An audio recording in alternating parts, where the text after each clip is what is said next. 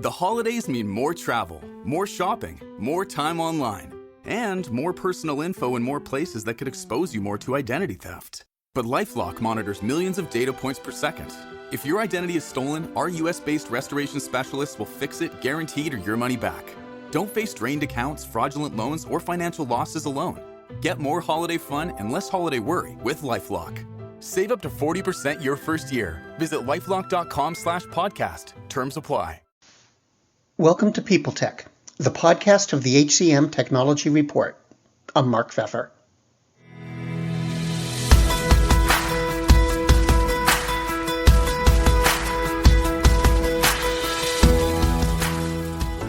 My guest today is Kim Rohrer, the Principal People Partner at Oyster HR. They're a global employment platform, and earlier this year, they published a study looking at why employees are disillusioned. Why go after that? Well, for one thing, both work and life have changed a lot recently, and that's caused employees to ask more questions about the meaning and purpose of their work. We're going to get into that and other aspects of work's changes on this edition of People Tech. Hey, Kim. Nice to meet you. Earlier this year, Oyster published what are called an employee disillusionment report. And can you tell me about that? Yeah, I think, we're at a time right now in this industry, but also just globally, where employees are dealing from sort of compounded traumas. They're recovering from any number of global crises, and they're starting to expect more from their employers. So, over the last several years, employees have really started to understand what they need and what they want out of their work and life. And, frankly, just like not putting up with as much as they might have in the past. And we started seeing these trends with our customers, with our communities. Last year, 40% of the workforce quit their jobs. That's predicted that it'll be a similar number this year. And we wanted to understand why. We wanted to understand what are the particular challenges that people are facing. Why are people feeling more kind of disillusioned with their work and their work environments? And we learned a lot in this study, and we put out a report about it. Well, what were the big takeaways? A lot of it comes down to mental health and burnout and work-life flexibility. There's obviously, depending on where you are in the world and what your kind of climate is, there's sort of unsettled feelings around political unrest, environmental issues, racial injustice, and you name it, there's a problem somewhere in the world. And employees are realizing that the way that they show up for work is impacting the way they're able to show up in their lives. And when their lives are sort of breaking in various ways, it makes it harder to show up at work. I think we all learned lessons around that in the pandemic, that the way we were working before the pandemic wasn't really working for a lot of people. I think we've learned a lot in the last few years about what was broken about the way we work. So the way we were working before wasn't really working for caregivers, wasn't working for people of color, wasn't working for underrepresented populations in a lot of different demographic areas. And the pandemic just kind of stripped away any pretense or any ability we had to cover that up and just show up at work anyway.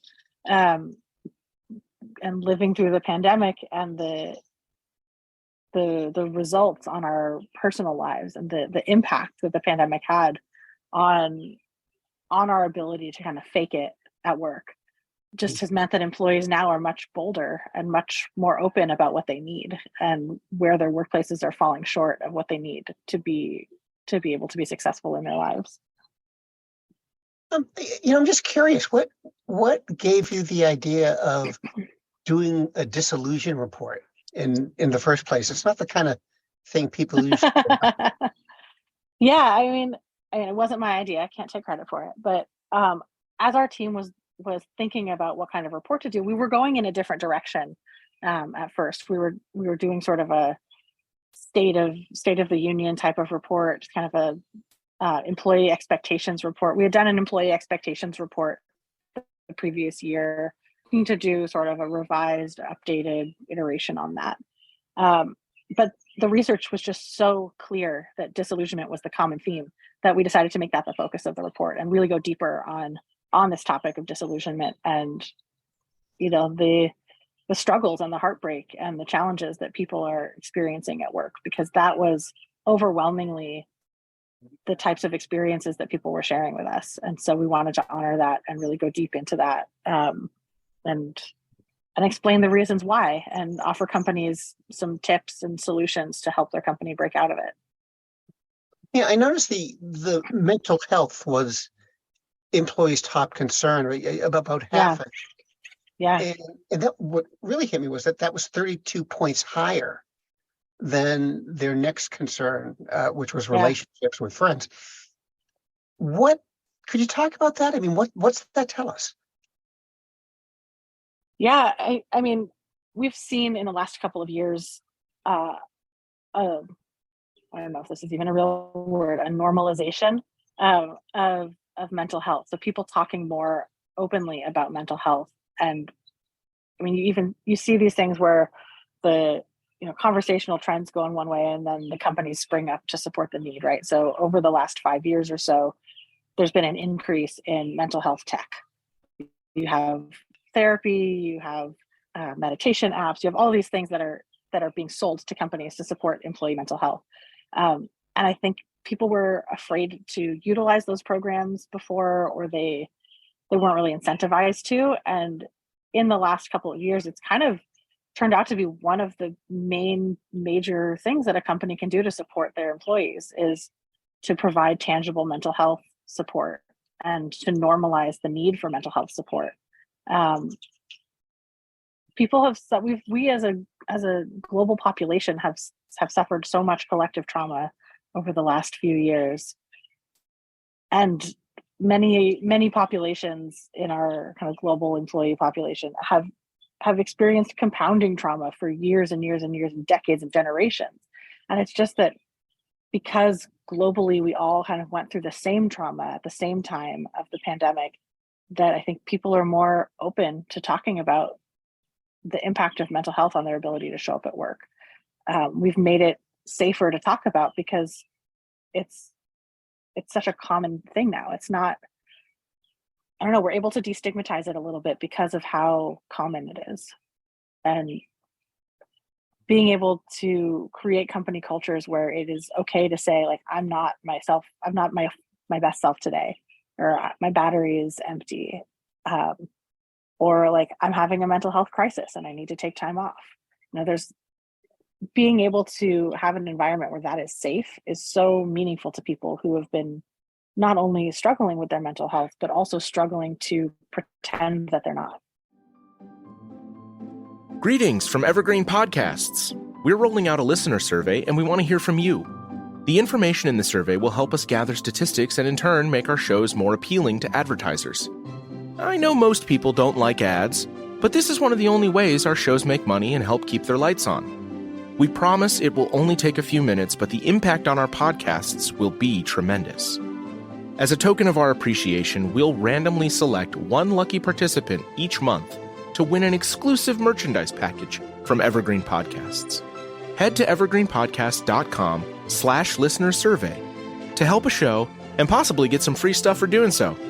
We can't thank you enough for the support. Now back to the show. But I don't want to sound cynical, but, when we're talking about issues like mental health and, you do a report like yours where you really document what's going on, how seriously do you think employers take this? I mean, I can't speak for all employers. I know we take it very seriously. One of the companies that we use is called Kona, and they're a mental health support company that integrates with your Slack to do kind of daily check-ins with folks to see how they're doing. And like, we take it really seriously. We want to know how people are doing, want to support them when they're not doing well. We offer free therapy sessions through an app called Plum. I know a lot of companies that are taking it really seriously. That said, there's a vast diversity of experience in companies. And I certainly wouldn't say that all companies are taking it seriously. I know many, many who are.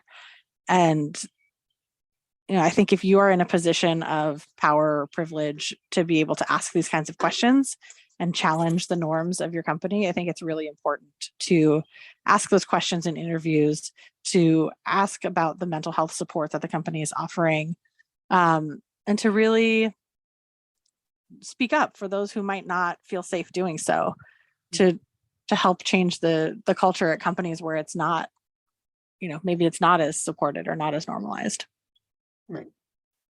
I'm wondering, how does Oyster HR think about this? Is this the kind of thing that you factor into your plans or your roadmap? Mm-hmm. Absolutely. I mean, we look at employee burnout. We look at the analytics from our, the anonymized aggregated usage of our Plum therapy services. We look at the data that comes out of our Kona app to see like how many, where are the lines trending in terms of green, yellow, or red check-ins? How are people feeling across the company by team?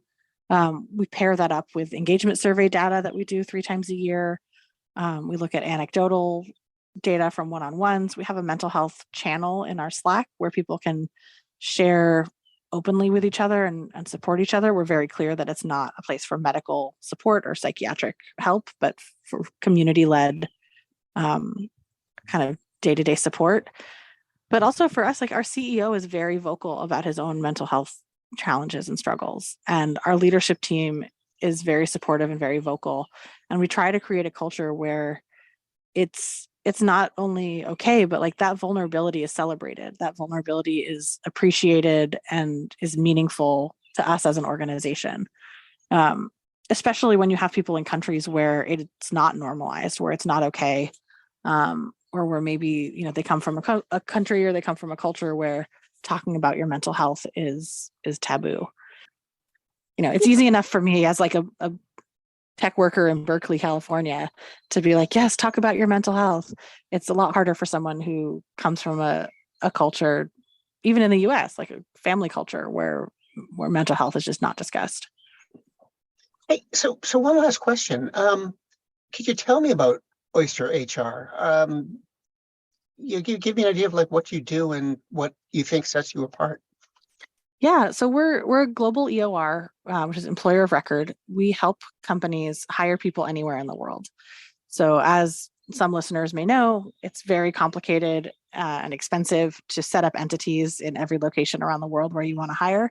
But if you're looking to diversify your workforce, you want the whole world to be at your fingertips in terms of talent acquisition, because the old saying that talent is equally distributed, but opportunity is not. We have a mission to bring more opportunity to places where it has not traditionally been granted.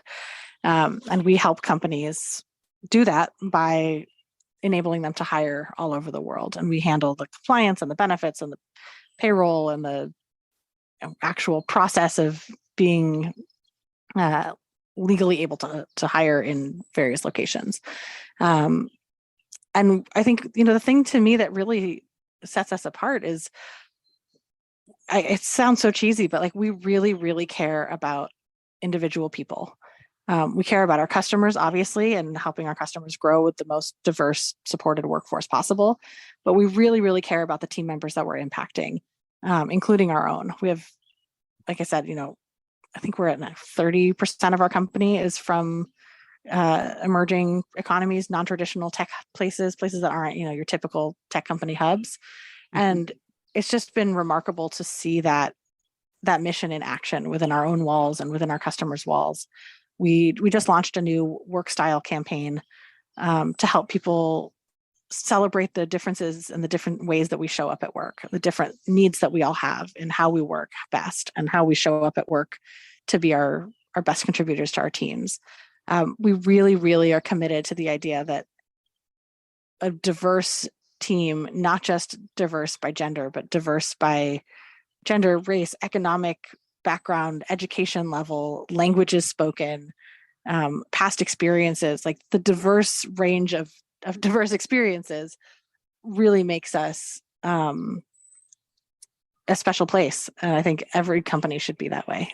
And that's the thing that drew me to Oyster in the first place. And the thing that keeps me really motivated is this passion for celebrating the whole person, the whole human. You're more than your job. You're more than your resume. And how you exist in the world as a whole human being makes you who you are when you show up at work. Well, Kim, thanks for taking time. I know you're at a conference and you stepped out to talk with me, and I appreciate it. Yeah, absolutely.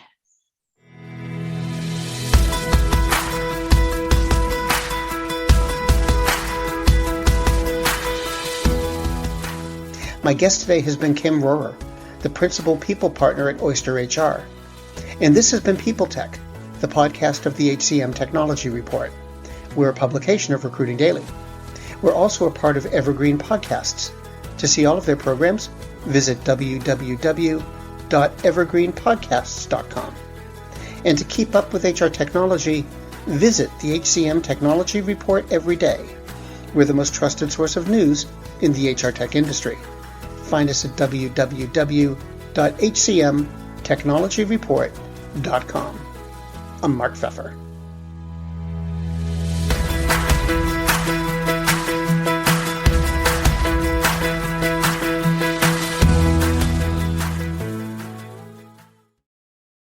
Welcome to Don't Retire, Graduate, the podcast that asks you what you want to be when you grow up so you can graduate into retirement with a purpose and a passion, whether you're 25, 85, or any age in between. Gain actionable financial and mindset tips from your favorite authors, podcasters, and influencers to help you reach that exciting next chapter. Listen now and start building your path to financial freedom and reframing what retirement can mean to you. This is your host, Eric Brotman, reminding you, don't retire, graduate. Do you love news about LinkedIn, Indeed, Google, and just about every other recruitment tech company out there? Hell yeah. I'm Chad. I'm Cheese. We're the Chad and Cheese Podcast. All the latest recruiting news and insights are on our show. Dripping in snark and attitude. Subscribe today wherever you listen to your podcasts. We out.